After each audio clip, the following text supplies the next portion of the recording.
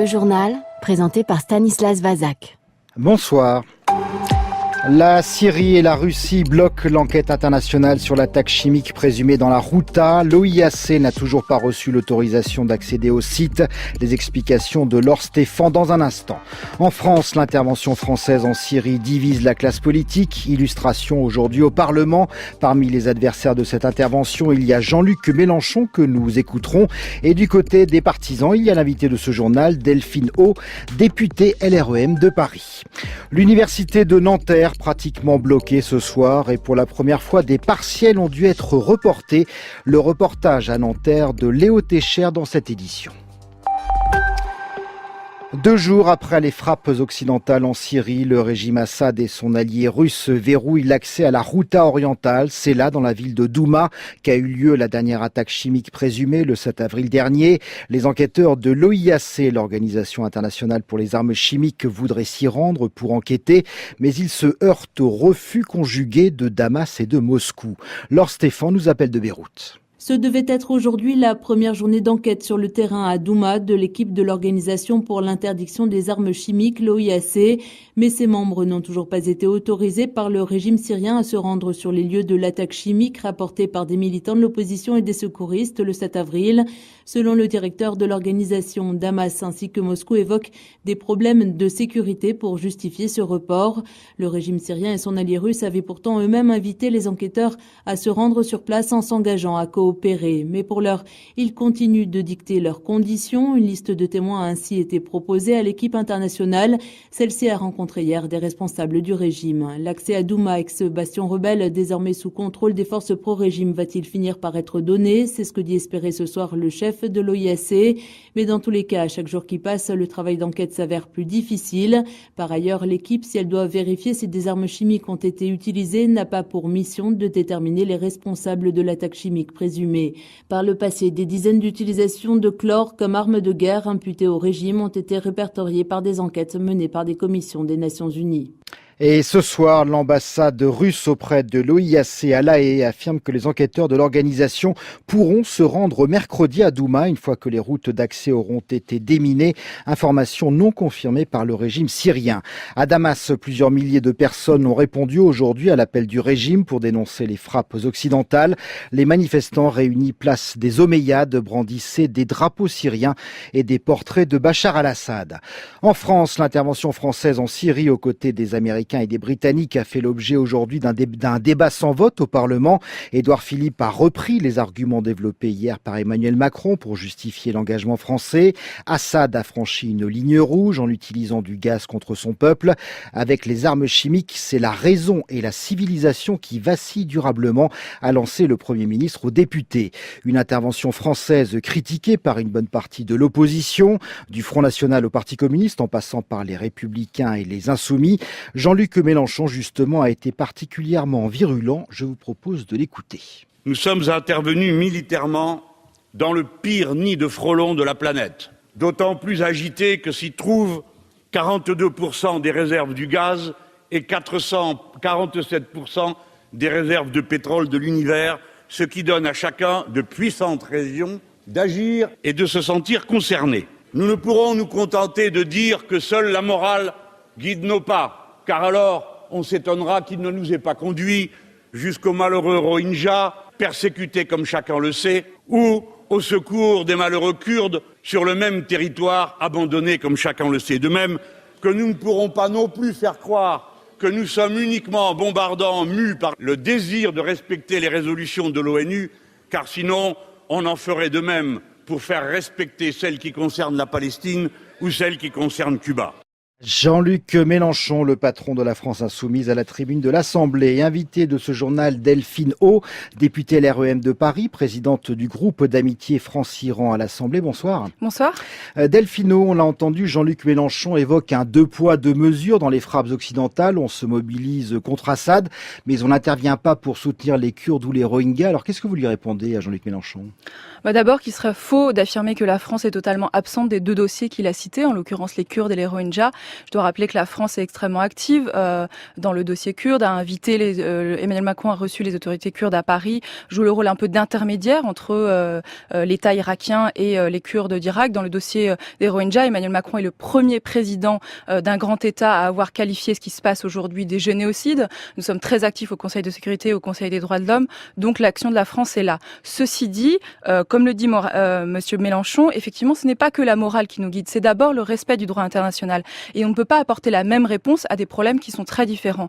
Le premier guide, la première boussole de cette intervention, c'est vraiment faire respecter le droit international, le protocole de 1925, la convention de 1993, qui prohibe très clairement l'usage d'armes chimiques. Mais tout ça part du principe que vous êtes convaincu de l'utilisation des armes chimiques par le régime Assad.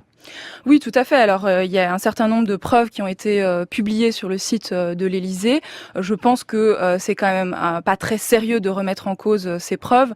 Il y a eu 44, signalements d'utilisation de l'arme chimique depuis avril 2017.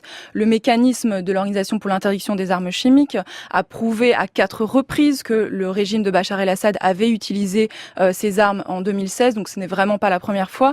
Et j'en profite pour répondre à un autre argument qui est souvent invoqué par l'opposition, le précédent de la guerre en Irak, où effectivement il y avait eu la suspicion d'utilisation d'armes de destruction massive qui s'est finalement révélée fausse.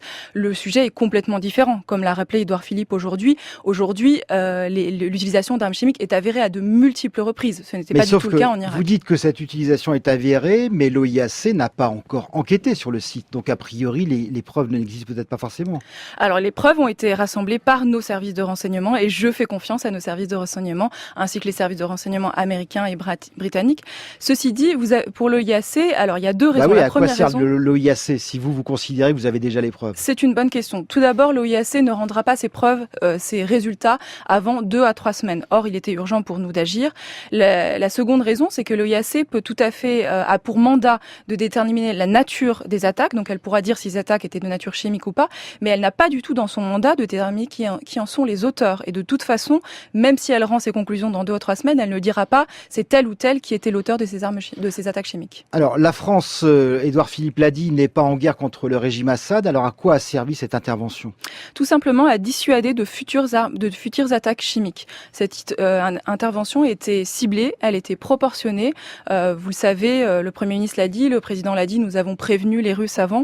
Il n'y avait donc aucune victime, ni civile ni militaire, puisqu'il n'y avait aucune personne qui se trouvait dans ces sites de recherche, d'assemblage et de stockage d'armes chimiques. L'objectif, c'était d'abord de détruire une partie de cet arsenal chimique pour empêcher qu'il y ait une nouvelle attaque et vraiment de dissuader le régime de recourir à ces armes chimiques, puisque ce régime travaille dans une logique d'impunité depuis le début de la guerre civile. Ce n'est encore une fois pas la première fois qu'il utilise ces armes chimiques et jusqu'à présent, on l'a vu avec la position d'Omaba en 2013 qui avait fixé cette ligne rouge et finalement il n'est pas allé jusqu'au bout de ses mots. Aujourd'hui, la France prend ses responsabilités et quand le président Emmanuel Macron, il y a 1 an déjà, a fixé cette ligne rouge quand le président Poutine était en France, devant le président Poutine, il tient sa promesse. Sauf que la France, contrairement à l'époque de François Hollande, aujourd'hui la France ne demande plus le départ de Bachar el-Assad. Effectivement, nous avons adopté une position qui est réaliste, qui est pragmatique, puisque Bachar el-Assad est un pion dans l'échiquier très compliqué de ce conflit en Syrie.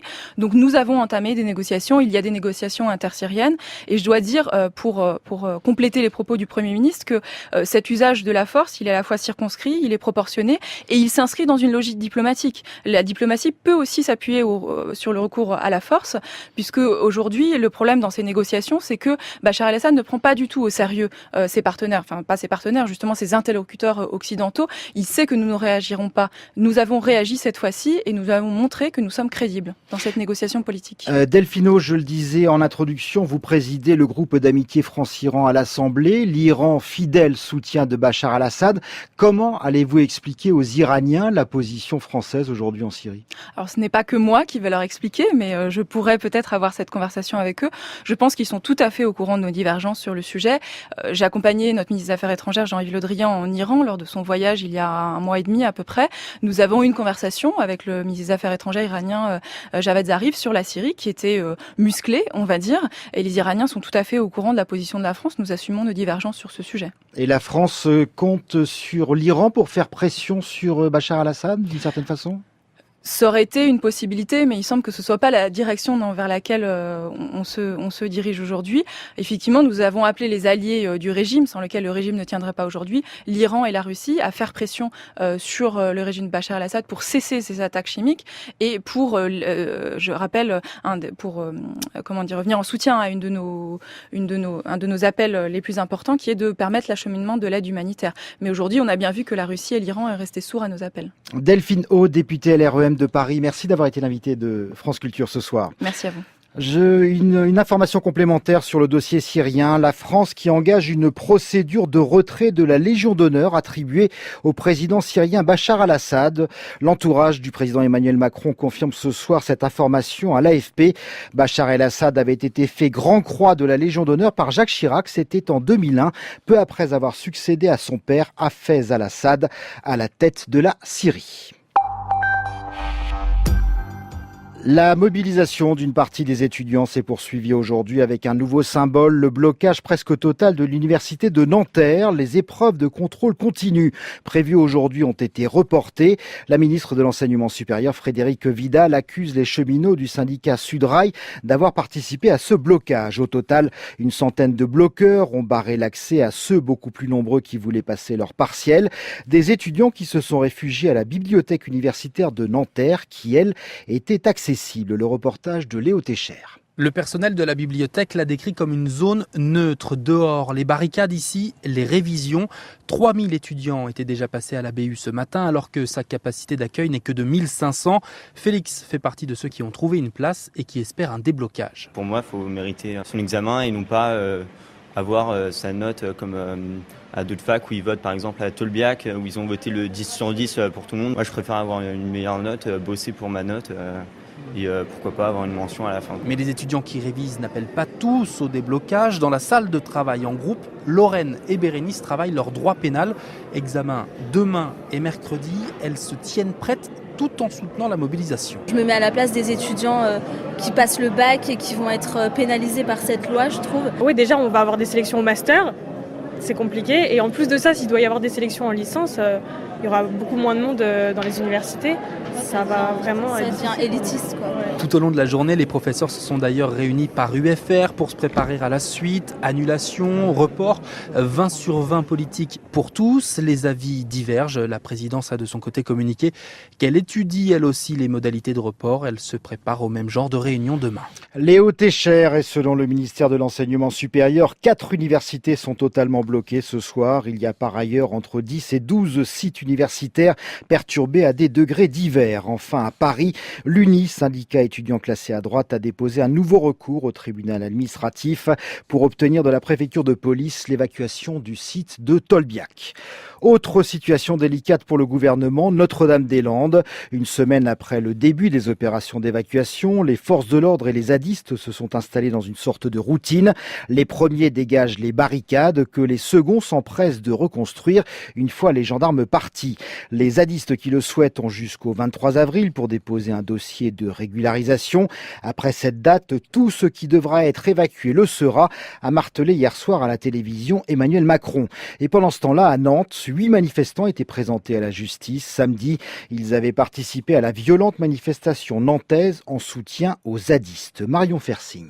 Le procureur le rappelle à plusieurs reprises, ces violences extrêmement graves et notamment ces projectiles très nombreux contre les forces de l'ordre de la part de gens qui cherchent à détruire, dit-il. Voilà pour le contexte général, parce que le procureur le reconnaît aussi devant le tribunal cet après-midi, il n'y a qu'un échantillon. Ce ne sont pas les casseurs les plus violents qui sont là. Il évoque 800 activistes parmi les 7000 manifestants. Vous voulez faire des peines pour l'exemple, s'agacent les avocats de plusieurs prévenus pour montrer que la justice agit après les dégradations dans le centre-ville. Le procureur acquiesce. Oui, la justice est aussi là pour ça, pour frapper les esprits et dissuader certains de faire la même chose. Surtout, souligne-t-il, qu'il risque fort d'y avoir d'autres rassemblements violents dans les prochaines semaines à Nantes.